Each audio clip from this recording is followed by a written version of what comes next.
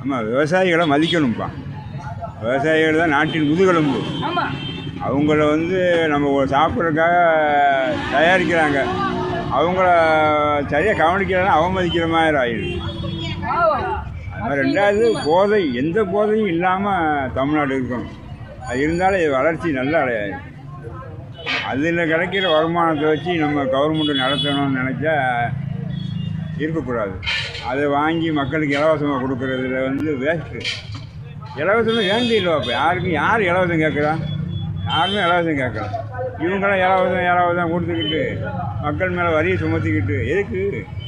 காமராஜர் 9 வருஷம் ஆண்டார். 9 வருஷத்தில் 9 அணைக்கட்டு கட்டினார். அவரெல்லாம் நல்லா போதை பொருள் திறந்து விட்டாரா? எது செஞ்சார்? ஒன்றுமே செய்யலை. நேர்மையான ஆட்சி. அதே மாதிரி லஞ்ச லாவணியே ஊழல் இல்லாமல் இருந்து விவசாயிகளை மதித்து போதை இல்லாமல் இருந்தால் நம்மளும் கர்நாடகா வெளி மாநிலங்கள் போய் நம்மளை தண்ணிக்கு திறந்து விடு, அடைக்காத, கோர்ட்டுக்கு போகுது வேண்டி இல்லை. நம்மளும் அணைக்கட்டு கட்டலாம். அவர் 9 அணைக்கட்டு கட்டினா நீ ஒரு 9 அணைக்கட்டு கட்டு.